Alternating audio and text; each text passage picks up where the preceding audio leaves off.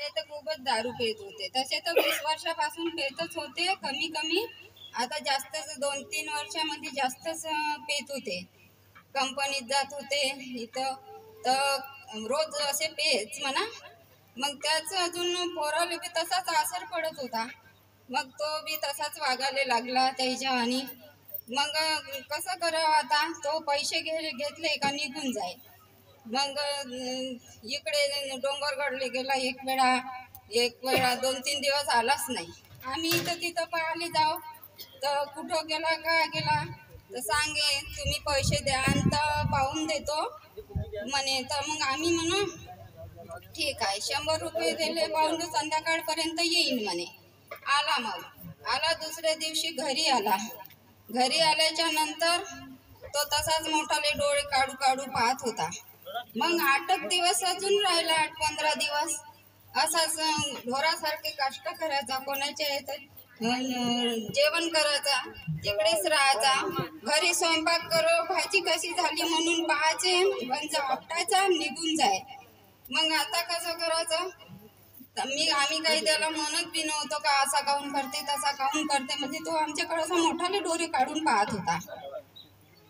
मग दुसऱ्यांदा अजून निघून गेला. मला म्हणे इथं राहायचंच नाही म्हणे. राहायचंच नाही म्हणे. तर आता तू कुठं जातेस म्हणलं. मी कुठंही जाईन म्हणे.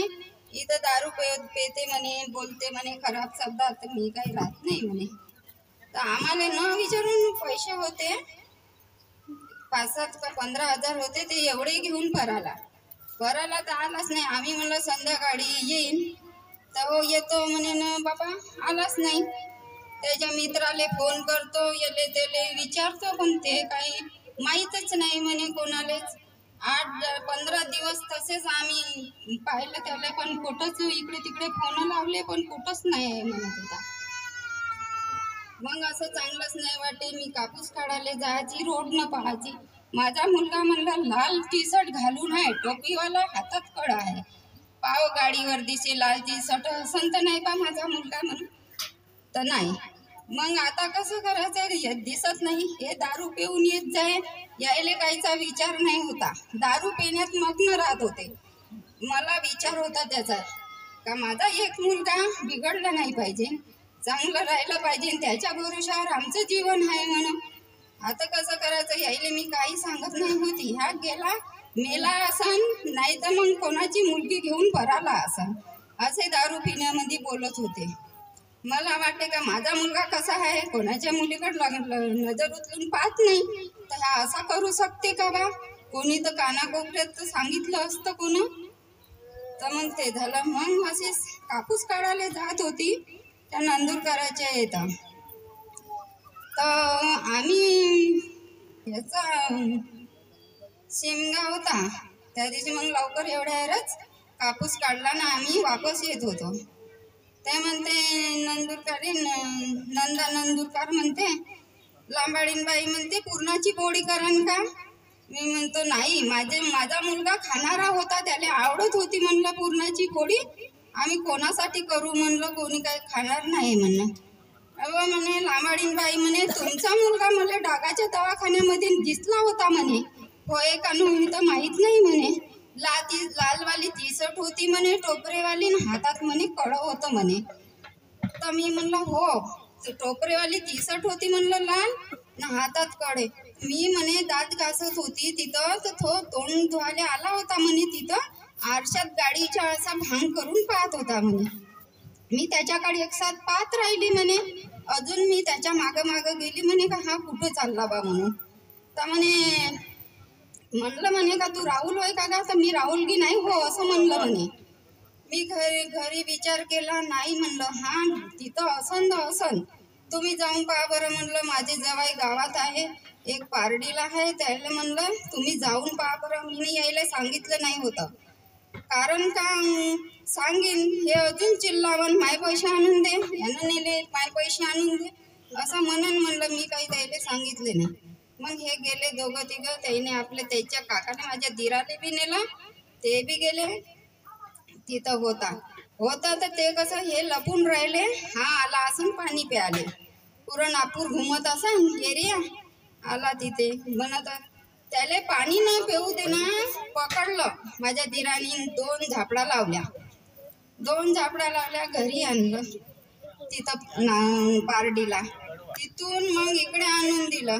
म्हणते हा घ्या तुमचा मुलगा आणून दिला म्हणते. तर ठीक आहे, आम्हाला डोळ्याला धारा लागल्या. मी म्हणलं असा काहून वागते रे तू? त्या कोतुरण्याला जात होती, तिथून रक्षा आणत होती. अंगारा म्हणत होता आम्ही पहिला तर आणत होतो, तर आम्ही कोणता भाजी भातात ते टाकत होती. तो चिवडू चिवडू पाहत होता, मोठाले डोरे काढून शेणी. का टाकते बा म्हणून. तू काही बी टाकते म्हणे, मी काही खात नाही म्हणे. त्याने काही आराम नाही लागला. मग आता 8-15 दिवस राहिले यायची दारू. आता असं नाही का मुलगा आला तर चांगला राहिला पाहिजे. खराब जातात बोलायचे. त्याचं बोलणं मोठं अवघड. असे बिन पेल्यावर काहीच बोलत नाही होते, पण पेल्यावर कोणाचीच ओळखी राहत नाही होती. आता कसं करायचं हे मुलगा म्हणे माझा बाबा असे बोलते, मला पटत नाही, मी अजून जाईन तर पुन्हा दिसणार नाही म्हणे. तर ठीक आहे म्हणून आणि बोलते कुऱ्हाडी टिकाशी पाचवत होता. एकामेकाले मारण म्हणलं. मी लपवून ठेवत होती. आला तिकडून कुठं आहे म्हणते, कुऱ्हाड घे ते लपवून ठेवली असं म्हणते. हो म्हणलं लपवून नाही ठेवली, मी माहित नाही कुठं आहे. तर नाही म्हणे. मी म्हणलं ह्या असं करू नको तू, तुला नाही पटत तर तू चाल म्हणलं, त्याच मागं मी येतो म्हणलं, पण तुला मी टाकत नाही म्हणलं. तू एकटा आहे म्हणलं माझ्यासोबत, मी काही तुला टाकत नाही म्हणलं. तर असं मग यायचं खूप म्हटलं. हे दारू पिऊन पुन्हा झोपले, नुसते बडबड बडबड बडबड करत होते. तर आम्ही म्हणलं मग मी माझ्या जवाईच्याकडे झोपायला गेली. मी म्हणलं ते जवाई याच्यासोबत झोपले घरी. माझ्या दाजीला फोन लावला त्याईनंच. म्हणे तुम्ही त्याला सांभाळून ठेवा म्हणे, दारू पिते म्हणे, खराब शब्दात बोलते म्हणे. हे कसं म्हणे, असं तसं म्हणत होते. माझे दाजी आले कसं म्हणे. मग तर सकाळी आम्ही म्हणलं आम्ही काही राहत नाही येतं. घराची अशी धूळदाणी मचून गेली का काही सांगायचं काम नाही. घरामध्ये जेवढं रांधलं तेवढं तसंच राहत होतं. आता कसं करायचं, चाल म्हणलं तू आपण कुठंही पाहायला जाऊ म्हणलं. तर गेली एवढ्या गाडीनं. त्या मदिराची गाडी होती, तो मेला तो विहिरीकडून कोमल नावाचा. तर त्याच्याच गाडीनं नेऊन दिलं. कपडे पूनम पोरीच्या आहे तर नेऊन ठेवले. म्हणलं घरी कपडे राहिले का, मी नाही राहिली का पेटव पुटव करे कपडे, तेरवी करून टाकायची म्हणे, मेली म्हणून सोडायचं म्हणे. हे शब्द होते त्याचे. तर मी पेटवण बा म्हणून शनी मुलीच्या आहे तर नेऊन ठेवली. मी ना नेऊन ठेवल्यावर आम्ही गेलो दोघंही. आम्ही काही आता येत नाही इकडे कोणत्या तरी गावले, ते तर जाऊ म्हणे. तर जाण्यापिच्छे 2000-3000 गाडी करून जायचं तर पैसा लागते म्हणे. तर ते बी जायला तयारच होती मी. तर मग इकडे तिकडे न जाता आम्ही तसंच राहिलो. या आले म्हणते आपण मार्गात जाऊ म्हणते. मी म्हणतो तुम्ही आले इथं तर दारू पिऊन. हा म्हणतो तुम्ही मार्गाचं नाव कसं घेता म्हणतो. नाही तर तिथं जाऊ म्हणते. म्हणलं दारू पिऊन हा तुम्ही तिथं कसं जाऊ. नाही म्हणते मला पागल नको समजू म्हणते. तू नदी येत, मी गाडी बी कुदवीन नदीत मरीन म्हणते. तर मी म्हणलं मरा का काही करा, पण तुमची दारू सुटत नाही तोपर्यंत मी काही येत नाही. कुठंही काष्ट करून कुठंही राहून खाऊन म्हणलं. तर गाडी घेऊन घरी आली. मला पागल नको समजू म्हणे, मी मार्गात असं करू म्हणे, मार्गात जाऊ म्हणे. तुम्ही दारू पिऊन आहे म्हणलं, तुम्ही त्या काकाजीकडे कसे जाता म्हणलं. प्रकाश काकाजीकडे जातो म्हणे. मी गेले तिथं, त्याईने विचारपूस केला असं त्याईनं सांगितलं तुम्ही मार्गात येता का म्हणे, तुम्ही संध्याकाळपर्यंत घरी या म्हणे. तर मी म्हटलं माझ्या घरी इथं कोणी आहे नाही, माझी वहिनी बी नाही, भाऊ नाही, कोणी नाही, मी त्याच्या मागं येत नाही म्हणलं, मी सकाळी येतो म्हणलं. सकाळी आली. हो म्हणते. आंघोळी करून तयारच होते. आंघोळ करून मग झाडझुडही नाही, घराला फळाही नाही, काही नाही.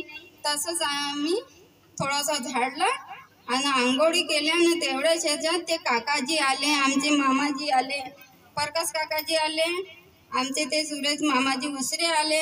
आम्हाला संघच 11 पहिल्यांदा जोत दिली. त्यातच जागा सारवून अगरबत्ती कापून आणि ते लावली. दुसऱ्या दिवशी या म्हणे तिथं. आम्ही गेलो तिथं. आम्हाला 11 दिवसाचे कार्य दिले. अगरबत्ती कापूर. अगरबत्ती कापरावर माझ्या पोराले दुःख आले. पोट दुखणं, हे खूपच त्याची तब्येत होऊन गेली. आता कसं करा? दवाखान्यात गेलं का टायफॉइड सांगे 3 रिपोर्ट आणा म्हणे रक्ती चेक करून, तरी त्याला आराम पडेच नाही त्याचा. आणि त्या याच्यामध्ये मग अजून फोन करायचा की तीर्थ बनवून पे म्हणाचे. ते मामाजी आमचे मार्गदर्शक मामाजी म्हणे तीर्थ बनवून प्यायचं म्हणे. ते पण असं कसं पोट नाही बसत, माझ्याकडे ये म्हणे, मी बनवून दे. तिथं बी जाय असं कर म्हणे. आपला परमात्मा वाला आहे म्हणे इथं खंडाळ्याला, तिथं जा म्हणे, ते दवाई देईन म्हणे. त्यानं ते 11 दिवस गुजरत गेले. त्याच्यामध्ये माझी बी तब्येत बळकली होती म्हणा. मी कधीच वावरा शेतात झोपत नाही होती, पण कापूस काढता काढता मी बी अशी झोपली. माझ्या डोळ्यावर असा धुंदरा होता का काही काम नाही करूशा वाटे. मग माझं ते तीर्थ बनवून प्यायची मी आणि दवाखाना केला. त्याच्यामध्ये मला आराम लागला. पण याचं दुःख दूर होत नाही. तर 11 दिवस झाले, 12 दिवस ज्योत दिली. मग त्यांनी ज्योत दिली तर ज्योतीतलं तेल लावून शनी त्याचा पोट बसला. त्याचं पोट त्याच्यामध्येच बसलं कार्यामध्ये. मग ते झालं. आम्ही ना कार्य सुरू दिले त्यावेळेस आमच्या घराच्या मागे असे लोक बोलत होते, टुबूर टुबूर टुबूरने इकडे बाहेर आल्या का टीन काढली. आम्हाला डोळा उचलला आम्ही ना का टीन वाजवली फडकन का येथून तर त्या शाळेपर्यंत कुत्रे भुकत जात होते. ते म्हणत होते मला बी तसंच वाटते. मी म्हणू मलाही असंच वाटते. बायाले सांगू शेतात ते म्हणे तुम्ही घरचे देव फेकले ना म्हणे, म्हणून तसं वाटत असं ना म्हणे. आता अनेकातल्या लोकायले काय समजते? आता आपण मार्गात आलो तर आपल्याला समजते कुठं देव आहे ना कुठं नाही बा म्हणून. ते असे सांगत होते. पण आम्हाला एका सरी नाही हे झालं होतं ना, तर मग ते झालं. मग आम्ही मार्गात आलो, चांगले राहू लागलो. आता ते चांगलंच आहे आमचं. मग काका मामाजी म्हणे आता त्या घडवून टाका. ठीक आहे म्हणलं त्या घडवाचा, पण घरचा सगळ्याचा विचार पाहावा लागन. घरी विचार करत म्हणे आताच आलो म्हणे ना. आताच कसं त्या आपल्या पैसे तर लोक आहे म्हणे, लोकांचं काय करायचं आहे बा, आहे तर आपल्याला घ्यायचं असेल तर घ्या असे म्हणत होते. ते घेऊन टाका म्हणे, तुम्हाला सुख समाधानी मिळाले घेऊन टाका. कार्य घेतले त्यागाचे. पहिला त्याग घेतला, दुसऱ्या 2-3 दिवसामध्ये ते इथं गेले नागपूरला. तेव्हा ते सोप्यावर जाऊन बसले, तेव्हाही कार्य खंडित झाले. मग दुसऱ्यांदा त्या वासराले मारलं तर ते सांगत नाही होते का वासराले मारलं. मी तुम्ही सांगा म्हणलं. मी म्हणे तुम्ही सांगा. आणि काही कोणच नाही सांगितलं. 2-4 दिवस तसेच राहिले. ते त्याले ताप चांगलाच आला. चांगला ताप आला. त्या तापामध्ये बडबड बडबड करत होते. मला मारायला लागले, जेवण नाही करून राहिलो, मला बिस्किटचा पुडा आणून द्या, मला खायला द्या. तुम्ही म्हणे खाता म्हणे चांगले म्हणे ना, आम्हाला उपाशी ठेवता का म्हणे. तर मला बिस्किटचा पुडा पाहिजे म्हणे. तर मी म्हटलं तुम्हाला बिस्किटचा पुडा खाता येते का? त्याग आपला सुरू आहे. तुम्ही रक्षा तीर्थ करा आणि बिस्किटचा पुडा मग बिस्किटचा पुडा लागतच नाही म्हणला. पण ते नाही ऐके. वरणाचं पाणी प्या, ते बी नव्हते पेत. माझा मुलगा गेला कामठीले, त्याच्यासाठी पपई शेप केळं आणले, ते खाल्ले, तीर्थ हे केलं. तेव्हा कुठं ते दुरस्त झाले. ते झालं. मग अजून ते सांगितलं नाही वासराले मारलेलं. अचानक भगवंताने सांगितल्यासारखे माझे दाजी आले घरामध्ये. डायरेक्ट पलंगापाशी असे उभे राहिले. अरे बापा म्हणलं माझं दळण नेलं आहे 2 पुढं आणि तू कसा येऊन गेलेस बापा म्हणलं. तुम्ही माझे कार्य अजूनही खंडित होईन का बापा म्हणलं. एकदम मला म्हणलं फेका लागते म्हणलं. पाणी, हिरुती, मीठ सगळं फेका लागते म्हणलं. मला काहीच नाही. आयतं अजून करा लागते म्हणलं. हिरुती बी कांदा याच्यात करा लागते म्हणलं मिक्सर मध्ये. आता 2 पुढं दळण आणलं म्हणलं, ते बी आता तसंच गाईले मांडा लागन म्हणलं. तर म्हणे मी म्हणलं सांगितलंच तर ना. मी म्हणलं मागच सांगितलं ना म्हणलं. तर म्हणे हट म्हणे नाही सांगितलं म्हणे. सांगितलं तरी म्हणलं का बापा, म्हणलं आता 2 वेळा माझे कार्य खंडित झाले, म्हणलं आता नेहमी माझे म्हणलं 8-15 दिवस याच्यातच चालले म्हणलं आता. तर मग ते वापस तसेच चालले गेले. मामाजीला फोन केला, म्हणून आमचे मार्गदर्शक आले, ते म्हणते आता म्हणते आपल्या दाजीला चांगला चहा पाजून दे म्हणते. बाबा आता बोलावतो म्हणलं, तिकडे माझ्या मुलीकडे होते, बोलावतो म्हणलं तर गाडी घेतली ना निघून गेले ते. मलाच पस्तावा आहे का बाबा, चहा मग बसते थोडेसे तर चहा तरी पिले असते, ते चाललेच गेले. मग आता कसं करायचं? मग दुसऱ्यांदा अजून कार्य घेतले, 3 दिवसाचे माफीचे कार्य दिले, त्याच्याकडे गेले, म्हणे चांगल्यानं कार्य घडवा म्हणे. तर आम्ही म्हणलं हो म्हणलं, आम्हाला कामाला नाही जायचं, घरीच राहायचं. घरी म्हणजे कामाला जायचं पण पाणी नाही न्यायचं सोबत. डबा तर नाही न्यायचा पण पाण्याशिवाय कसं होणार? होते म्हणे तुम्ही म्हणे भगवंताकडे लक्ष असेल ना तुमची म्हणे ताण आपोआप बुजवण म्हणे भगवंत. कामाला जायचं म्हणे. पण मी म्हणलं मी नाही जाणार कामाला, मला घरचंच राहते काम, मी घरीच करत जाईन ना, राहत जाईन म्हणलं. पण ते म्हणत जाय कामाला, बाया जाते लोक जाते, पण ते जाऊ गेले, मी घरीच राहीन म्हणलं. मग आम्ही सगळेच जण घरी राहिलो.